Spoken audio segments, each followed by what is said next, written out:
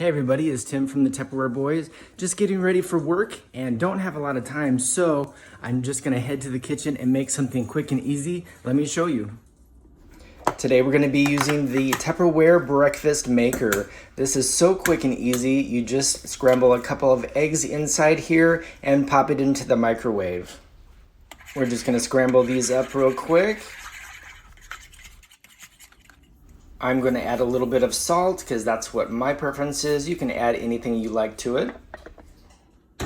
And into the microwave for 1 minute.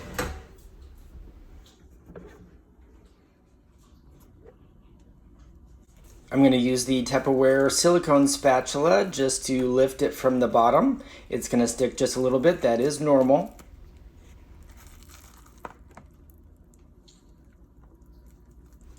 And I'm going to add some grated mozzarella cheese. I used the Great Master earlier, so I am just going to use that extra that I had left over and pop that back into the microwave for 30 more seconds.